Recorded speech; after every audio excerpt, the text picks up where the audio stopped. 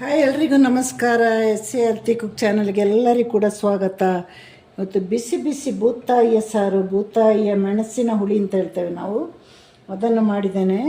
ಇದು ನೀರು ದೋಸೆ, ಚಪಾತಿ, ಅನ್ನ ಎಲ್ಲದಕ್ಕೂ ಕೂಡ ಸೂಪರಾಗಿರುತ್ತೆ. ಅದರಲ್ಲೂ ನೀರು ದೋಸೆ ಮತ್ತು ಡ್ರೈ ಚಪಾತಿಗಂತೂ ಹೇಳೋದೇ ಬೇಡ. ಇದನ್ನು ಹೇಗೆ ಸುಲಭವಾಗಿ ಮಾಡೋದು ಅಂತೆಲ್ಲ ಹೇಳ್ಕೊಡ್ತೇನೆ ನಾನು ನಿಮಗೆ.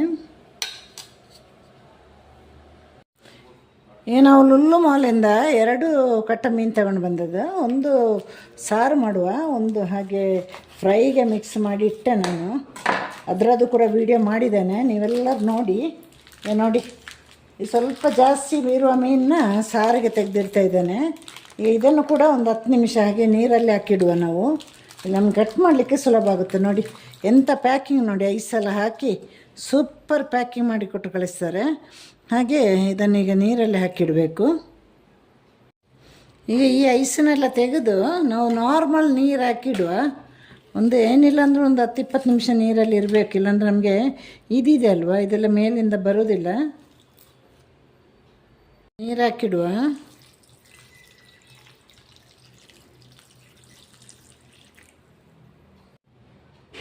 ಈಗ 15 ನಿಮಿಷ ಆಯಿತು ನೀರಲ್ಲಿ ಹಾಕಿ.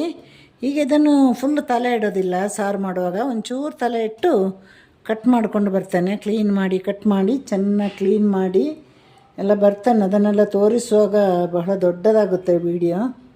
ಅಷ್ಟು ದೊಡ್ಡದಾದರೆ ಯಾರಿಗೆ ಸಮಯ ಇದೆ ಅಲ್ವ ಅಷ್ಟೆಲ್ಲ ದೊಡ್ಡ ವೀಡಿಯೋನೆಲ್ಲ ನೋಡಲಿಕ್ಕೆ. ಮಿನಿಮಮ್ 10 ನಿಮಿಷ 12 ನಿಮಿಷ ಜಾಸ್ತಿ ಅಂದರೆ. ಈಗ ನಾವು ಕಟ್ ಮಾಡಿ ತೋರಿಸಿದ್ರೆ ಒಂದು 20-25 ನಿಮಿಷ ಬೇಕಾಗುತ್ತೆ.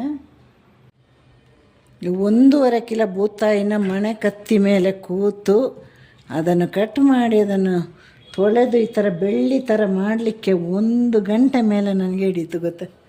1 ಅವರ್ ಮೇಲೆ. ಅಂದರೆ ಈ ಥರ ಚೆನ್ನಾಗಿ ಕ್ಲೀನ್ ಮಾಡಬೇಕಂದ್ರೆ ನಾವು ಕ್ಲೀನ್ ಮಾಡಿದಾಗೆ ಅಂಗಡಿಯಲ್ಲಿ ಖಂಡಿತವಾಗಿ ಮಾಡೋದಿಲ್ಲ. ಅವರು ತಲೆ ಕಟ್ ಮಾಡಿ ಕೊಟ್ಟರು ಕೂಡ ನಾವು ಮತ್ತೆ ಒಂದು ಮನೆಯಲ್ಲಿ ಮಾಡಬೇಕು.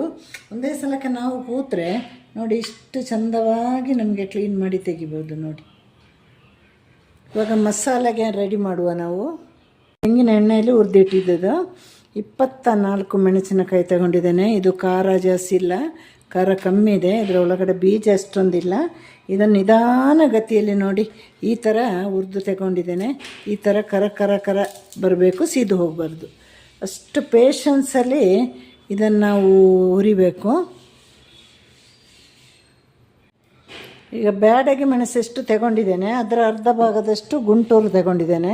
ಇದು ಕೂಡ ಖಾರ ಕಮ್ಮಿ ಇದೆ, ಖಾರ ಜಾಸ್ತಿ ಇರುತ್ತೆ ಕೆಲವು ಗುಂಟೂರು, ಆಗ ಒಂದು 4-5 ಕಮ್ಮಿ ಮಾಡಬೇಕು. ಈಗ ನಾನು ಇದರಲ್ಲಿ 13 ಮೆಣಸಿನಕಾಯಿ ಇದೆ, ಕಮ್ಮಿ ಮಾಡಬೇಕು ಖಾರ ಜಾಸ್ತಿ ಇದ್ದರೆ. ಕೊನೆಯದಾಗಿ ನೋಡಿ ಹುರಿದಿಟ್ಟ 1/4 ಚಮಚ ಕೊತ್ತಂಬರಿ ಬೀಜ. ಇದು ಕೂಡ ನಿಧಾನಗತಿಯಲ್ಲಿ ಹುರಿದಿಟ್ಟಿದೆ. ಯಾವುದು ಕೂಡ ಸೀದು ಹೋದರೆ ನಿಮ್ಮ ಸಾರು ಕಹಿ ಬರುತ್ತೆ. ಹಾಗೆ ನೋಡಿ 1/4 ಸ್ಪೂನಷ್ಟು ಪೆಪ್ಪರ್ ಕಾಳು ಅಥವಾ ಕರಿಮೆಣಸಿನ ಕಾಳು, ಅದಕ್ಕಿಂತ ಸ್ವಲ್ಪ ಕಮ್ಮಿ ಮೆಂತ್ಯ ತಗೊಂಡಿದ್ದೇನೆ. 1 ಸ್ಪೂನಲ್ಲಿ ಫುಲ್ಲು ಅರಿಶಿನ ಪುಡಿ, ಹಾಗೆ ಒಂದು ದೊಡ್ಡ ನಿಂಬೆ ಗಾತ್ರದಷ್ಟು ಹುಣಸೆಹಣ್ಣು ತಗೊಂಡಿದ್ದೇನೆ. ಈಗ ಇದಿಷ್ಟನ್ನು ನಾವು ನೀರು ಹಾಕಿ ತುಂಬ ನೈಸಾಗಿ ರುಬ್ಬಿ ಬರುವ. ನಾವೀಗ ತೆಗೆದಿಟ್ಟು ಒಂದೊಂದು ಮಸಾಲೆಯನ್ನು ಹಾಕುವ. ಎಲ್ಲ ಹುರಿದಿಟ್ಟಿದ್ದಲ್ವ ಗೊತ್ತಲ್ವ ನಿಮಗೆ. ಹಾಗೆ ನಾವು ಧನಿಯಾ ಬೀಜ ಎಲ್ಲವನ್ನು ಈಗ ನಾನು ತೋರಿಸಿದ್ದೀನಲ್ವ ಏನೆಲ್ಲ ಐಟಮ್ಸು ಒಟ್ಟಿಗೆ ಹಾಕಿದ್ದು ರುಬ್ಬಿ ಬರಬೇಕು. ಒಂದು ಒಳ್ಳೆ ಕಾಡಿಗೆ ಇದೆ ಅಲ್ವ, ಕಣ್ಣಿಗೆ ಹಾಕೋ ಕಾಡಿಗೆ ಸೈಜಲ್ಲಿ ನೈಸಾದರೆ ಒಳ್ಳೆಯದು. ಅದಕ್ಕೆ ಅಲ್ವ ಹಳೆ ಕಾಲದಲ್ಲೆಲ್ಲ ನೋಡಿ ಕಲ್ಲಲ್ಲಿ ರುಬ್ತಾ ಇದ್ದಿದ್ದು ಅದಕ್ಕೆ. ಹಾಗೆ ಈಗ ಗುಂಟೂರು ಮೆಣಸಿನಕಾಯಿನ ಹಾಕಿದೆ, ಬ್ಯಾಡಗಿ,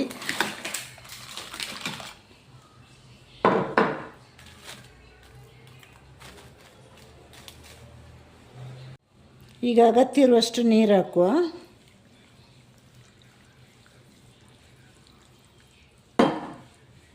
ಈಗ ನೋಡಿ ಕಾಡಿಗೆ ಥರ ರುಬ್ಬಿದ್ದಾಯಿತು. ಇನ್ನೀಗ ಸಾರು ಮಾಡುವ. ಇದನ್ನು ಯಾವ ಮಟ್ಟಿಗೆ ಕುದಿಸ್ಬೇಕಂದ್ರೆ ಒಂದು ಹಸಿ ವಾಸನೆ ಇರುತ್ತಲ್ಲ, ಹುಳಿ ವಾಸನೆ ಹಸಿ ವಾಸನೆ ಅದೆಲ್ಲ ಹೋಗೋ ತನಕ ಕುದಿಸಬೇಕು.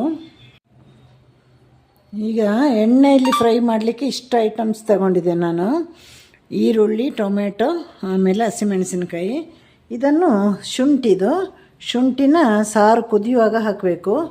ಇವಾಗ ನಾವು ಸಾರು ಮಾಡಲಿಕ್ಕೆ ರೆಡಿ ಮಾಡುವ. ಒಂದು ಅರ್ಧ ಗಂಟೆಯಲ್ಲಿ ಎಲ್ಲ ಮುಗಿದೋಗುತ್ತೆ. ಈಗ ಮಣ್ಣಿನ ಪಾತ್ರೆ ಚೆನ್ನಾಗಿ ಬಿಸಿಯಾಗಿ ಈ ಥರ ಹೊಗೆ ಹೋಗಬೇಕು.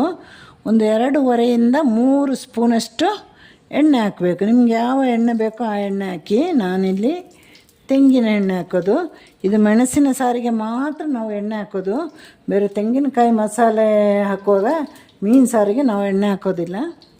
ಈ ಎಣ್ಣೆ ಕೂಡ ಒಳ್ಳೆ ಬಿಸಿ ಆಗಬೇಕು, ಇಲ್ಲಾಂದರೆ ಸಾರು ಪೂರ್ತಿ ಎಣ್ಣೆ ವಾಸನೆ ಬರುತ್ತೆ.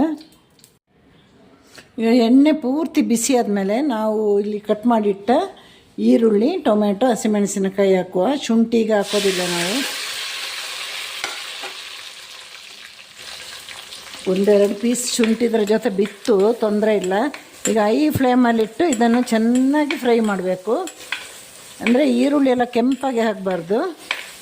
ಇದರ ಪಕ್ಕದಲ್ಲಿ ನಿಂತ್ಕೊಂಡು ಟೊಮೆಟೊ ಹಾಕಿದ ಮೇಲೆ ಈರುಳ್ಳಿ ಕೆಂಪಾಗಿ ಆಗೋದಿಲ್ಲ. ಹಾಗೆ ಸರಿಯಾಗಿ ಫ್ರೈ ಮಾಡಿ. ಈಗ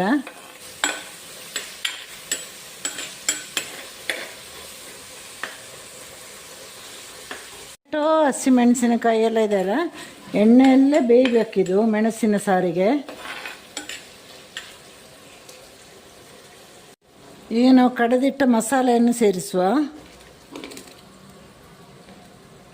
5 ನಿಮಿಷ ಅದನ್ನು ಫ್ರೈ ಮಾಡಿ ನಂತರದಲ್ಲಿ ನೀರು ಹಾಕುವ. ಮಿಕ್ಸಿ ಜಾರಿಗೆ ನೀರು ಹಾಕಿ ನೀರಿನ ಅಳತೆ ಮಾಡಿ ಉಪ್ಪೆಲ್ಲ ಹಾಕುವ. ಮಸಾಲೆ ಸ್ವಲ್ಪ ಫ್ರೈ ಆಗಲಿ ಈ ಎಣ್ಣೆ ಜೊತೆನೆ. ಇನ್ನೀಗ ಇದಕ್ಕೆ ನೀರಿನ ಅಳತೆ ಮಾಡುವ ನಾವು. ಮಸಾಲೆ ಒಂದು 5 ನಿಮಿಷ ಇದರಲ್ಲಿ ಫ್ರೈ ಆಯಿತು. ತುಂಬ ಗಟ್ಟಿ ಆದರೆ ಚೆನ್ನಾಗಿರೋದಿಲ್ಲ, ಹಾಗಂತ ತೆಳು ಕೂಡ ಆಗಬಾರ್ದು.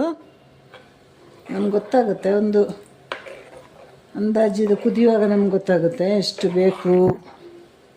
ಆಮೇಲೆ ಮೀನು ಹಾಕಿದಾಗಲೂ ಸಾರು ಸ್ವಲ್ಪ ತೆಳು ಆಗುತ್ತೆ. ಆಮೇಲೆ ಬಿಸಿ ಸಾರಿಗೆ ಮುಚ್ಚಿಟ್ಟಾಗ ಅದರ ಸೆಕೆ ನೀರು ಬಿದ್ದು ತೆಳು ಆಗುತ್ತೆ. ಅದೆಲ್ಲ ನೋಡಿಕೊಂಡು ತಲೆಯಲ್ಲಿ ಇಟ್ಕೊಂಡು ಅಡುಗೆ ಮಾಡಬೇಕು. ಯಾವುದೇ ಅಡುಗೆ ಮಾಡುವಾಗಲೂ ಹಾಗೆ. ಬಿಸಿ ಸಾರಿಗೆ ನೋಡಿ, ಮುಚ್ಚಳ ಮುಚ್ಚಿದಾಗ ಅದರಲ್ಲಿ ಒಂದಷ್ಟು ಸೆಕೆ ನೀರು ಬಿದ್ದು ಅದು ತೆಳ್ಳಗಾಗುತ್ತೆ. ಮಿಕ್ಸಿ ಜಾರಿಗೆ ಸ್ವಲ್ಪ ನೀರು ಹಾಕಿ ಮತ್ತೆ ಸ್ವಲ್ಪ ತೆಳು ಮಾಡುವ ಇದನ್ನೀಗ ಸರಿಯಾಗಿ ಏನಿಲ್ಲ ಅಂದರೂ ಒಂದು 15-20 ನಿಮಿಷ ಆದರೂ ಕುದಿಲಿಕ್ಕೆ ಬಿಡಬೇಕು, ಹಸಿ ವಾಸನೆ ಎಲ್ಲ ಹೋಗಲಿಕ್ಕೆ. ಸ್ವಲ್ಪ ಈ ಥರ ತೆರೆದು ಮುಚ್ಚಳ ಮುಚ್ಚುವ. ಆ ಒಂದು 20 ನಿಮಿಷದಲ್ಲಿ ನಮ್ಮ ಬಾಕಿ ಕೆಲಸಗಳೆಲ್ಲ ರೆಡಿಯಾಗುತ್ತೆ. ನಮಗೇನು ಇದಕ್ಕೆ ಮೀನು ಹಾಕೋದೊಂದೇ ಕೆಲಸ ಇದೆ. ಅಷ್ಟೊತ್ತು ಕುದೀತಾ ಇರಲಿ. ಸಾರು ಕುದೀತಾ ಇರುವಾಗ ನಾವು ಕಟ್ ಮಾಡಿರೋ ಶುಂಠಿನ ಹಾಕುವ.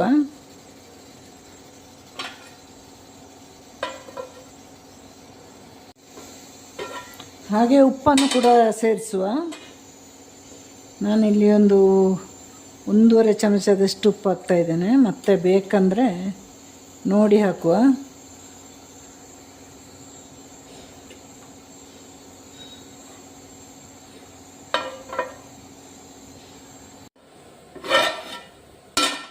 ಸಾರು ಚೆನ್ನಾಗಿ ಕುದೀತಾ ಇದೆ. ಯಾವುದೇ ಸಾರಾಗಲಿ ನಾವು ಸಾರು ಇಟ್ಟು ಹೋದಾಗ ಒಂದು ಸಲ ಮಧ್ಯೆ ಈ ಥರ ಸೌಟಾಡಿಸ್ತಾ ಹೋಗಬೇಕು. ಮಿಕ್ಕ ಟೈಮಲ್ಲಿ ನಮ್ಮ ಕೆಲಸವನ್ನು ಕೂಡ ಮಾಡ್ತಾ ಇರ್ಬೋದು. ಈಗ ಒಂದು 2 ನಿಮಿಷ ಇದು ಕುದೀಲಿ. ಇವಾಗ ನಮ್ಮ ಮೀನು ಹಾಕುವ ಸಮಯ ಕೂಡ ಆಯಿತು.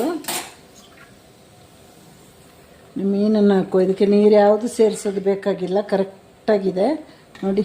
ಹಸಿಮೆಣಸಿನಕಾಯಿ ಬಣ್ಣ ನೋಡಿ, ಆಗಲೇ ನಮಗೆ ಗೊತ್ತಾಗೋದು ಇದು ಚೆನ್ನಾಗಿ ಕುದ್ದಿದೆ ಅಂತ. ಅಯ್ಯೋ, ಇದೆಲ್ಲಿ ಓಡೋಗ್ತಾ ಇದೆ ನೋಡಿ. ಹಸಿಮೆಣಸಿನಕಾಯಿ ಬಣ್ಣ ಈ ಬಣ್ಣಕ್ಕೆ ಬರಬೇಕು. ಈಗ ಮೀನು ಹಾಕಿ ಒಂದು 2-2.5 ನಿಮಿಷ ಸಾಕು. ನಾನು ಅವತ್ತೇ ಹೇಳಿದಾಗೆ ಮಣ್ಣಿನ ಪಾತ್ರೆಯಲ್ಲಿ ಅಷ್ಟೇ, ಅಲ್ಯೂಮಿನಿಯಂ ಪಾತ್ರೆಯಿಂದ 3 ನಿಮಿಷ. ಮೀನನ್ನು ಹಾಕುವ. ಮೀನನ್ನು ಹಾಕುವಾಗ ಫ್ಲೇಮಲ್ಲಿ, ಇಲ್ಲಾಂದ್ರೂ ಕುದಿಯುವಾಗಲೂ ಫ್ಲೇಮಲ್ಲಿ ಇಡಬೇಕು. ಮೀನಲ್ಲಿ ನೀರಿಲ್ಲದಾಗೆ ನೋಡ್ಕೊಳ್ಳಿ, ಮತ್ತಷ್ಟು ನೀರಾಗ್ಬೋದು ಸಾರು.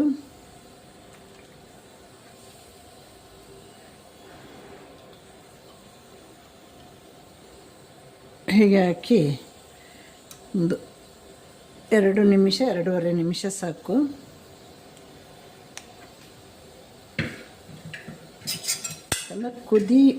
ಚೆನ್ನಾಗಿ ಕುದಿಬೇಕು ಅದು.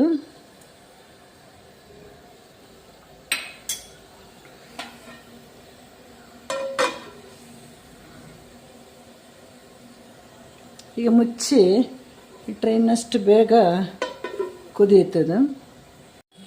ಈಗ ನಮ್ಮ ಸಾರು ರೆಡಿ ಆಯಿತು ನೋಡಿ.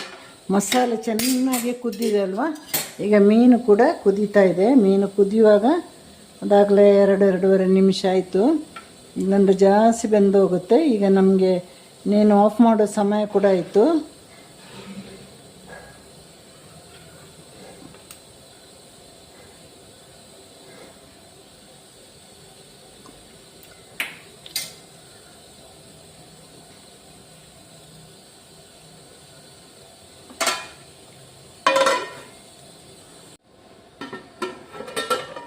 ಈಗ ನಮ್ಮ ಮೀನು ಸಾರು ರೆಡಿ ಆಯಿತು. ಇನ್ನೂ ಕುದಿಸ್ತಾ ಇದ್ದರೆ ನಮಗೆ ಮೀನು ತಿನ್ನಲಿಕ್ಕೆ ಕೂಡ ಸಿಗಲ್ಲ. ಹಾಗೆ ಈಗ ಸ್ಟವ್ ಕೂಡ ಆಫ್ ಮಾಡುವ. ಮನೆಯಲ್ಲಿ ಎಲ್ಲರೂ ಕೂಡ ಹೀಗೆ ಮಾಡಿ ನೋಡಿ. ಮೆಣಸಿನ ಸಾರು ಎಲ್ಲ ಮೀನನ್ನು ಹೀಗೆ ಮಾಡ್ಬೋದು ನೋಡಿ. ಮೀನು ಓಪನ್ ಕೂಡ ಆಗಿದೆ, ಚೆನ್ನಾಗಿ ಬೆಂದಿದೆ. ಮನೇಲಿ ಹೀಗೆ ಮಾಡಿ ನೋಡಿ. ನನಗೆ ಕಮೆಂಟ್ ಮಾಡಿ, ಲೈಕ್ ಮಾಡಿ, ಶೇರ್ ಮಾಡಿ. ಹಾಗೆ ನಿಮ್ಮ ಸಪೋರ್ಟ್ ಪ್ರೀತಿ ಎಲ್ಲವೂ ಇರಲಿ.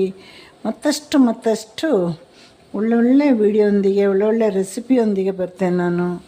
ನಿಮ್ಮ ಪ್ರೋತ್ಸಾಹ ಖಂಡಿತ ನನಗೆ ಬೇಕು. ನನ್ನ ಚಾನಲ್ ಹೆಸರು ಗೊತ್ತಲ್ವ, SA ಹೆಲ್ತಿ ಕುಕ್ ರೆಸಿಪಿ 0.8. ಮತ್ತೊಮ್ಮೆ ಈ ಲಿಂಕನ್ನು ಸಾಧ್ಯವಾದಷ್ಟು ಎಲ್ಲ ನಿಮ್ಮ ಫ್ರೆಂಡ್ಸ್ಗಳಿಗೆಲ್ಲ ಕೊಡಿ. ನನ್ನ ಈ ಒಂದು ಚಾನಲ್ನ ವೈರಲ್ ಮಾಡಿ. ಎಲ್ರಿಗೂ tata bye. See you, take care.